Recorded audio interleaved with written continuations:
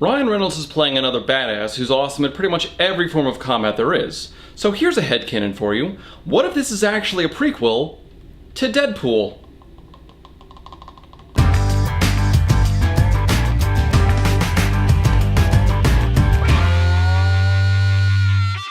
I've been waiting for this movie for months, in large part because it does feel like Ryan Reynolds is trying to continue with his character of Deadpool, and I love that movie.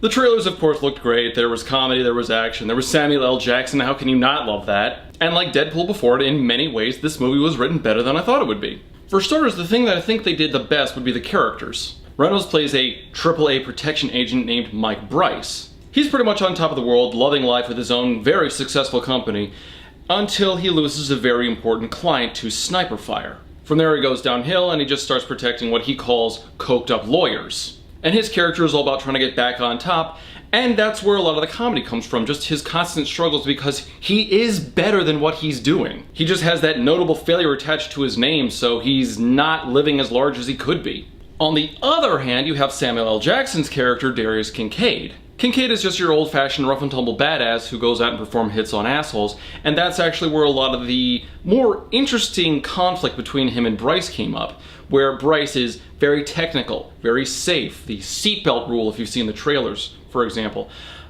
Kincaid is more just go in, shoot the guy in the face, walk out. He doesn't see the necessity in trying to play it safe because, well, being awesome has always worked for him, until he got jumped by Interpol. See, he's a key witness in Interpol's case against the president of Belarus, played by Gary Oldman. Gary Oldman, of course, wants to see Kincaid dead and is going to extreme lengths to hire mercenaries in order to see it through, manages to wipe out Kincaid's Interpol protection group, so the sole surviving Interpol agent has to call Bryce for backup to get him to The Hague to testify.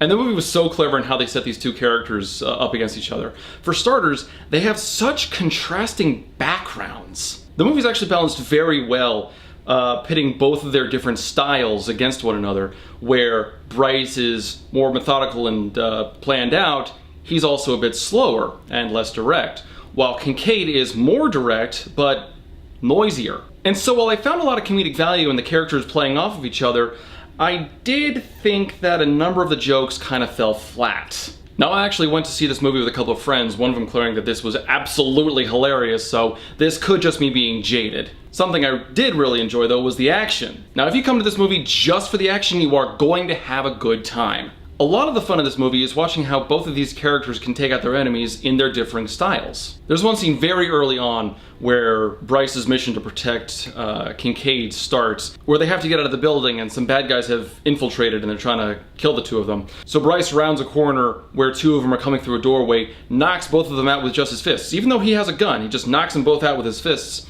and finishes them off that way, good and quiet. None of the other villains in the building are alerted. He turns to Kincaid and says, see, that's safe, that's efficient, that's how we should be doing this.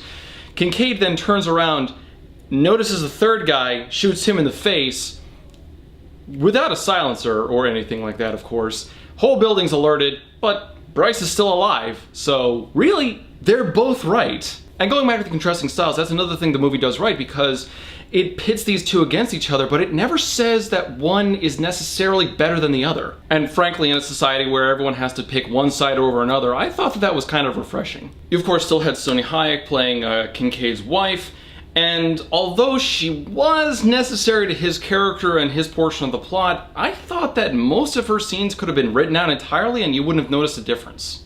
I mean, we would just pan back to her every once in a while to say, yep, this is Kincaid's motivation, this is why he's going through what he's going through. You see, she was captured by Interpol and is being used as a bargaining chip to get Kincaid to surrender, so if he gives himself up willingly and testifies in The Hague, she gets to go free. So if you want my opinion, if you go to watch this movie just for the comedy, you might walk away a little disappointed. If you go for the action, though, you are going to have a fun time. If you go for the characters, you're probably going to have a great time. So yeah, I would recommend this movie. Frankly, I think we should get more people to watch this just so we can explore this Deadpool headcanon idea. I love this thing.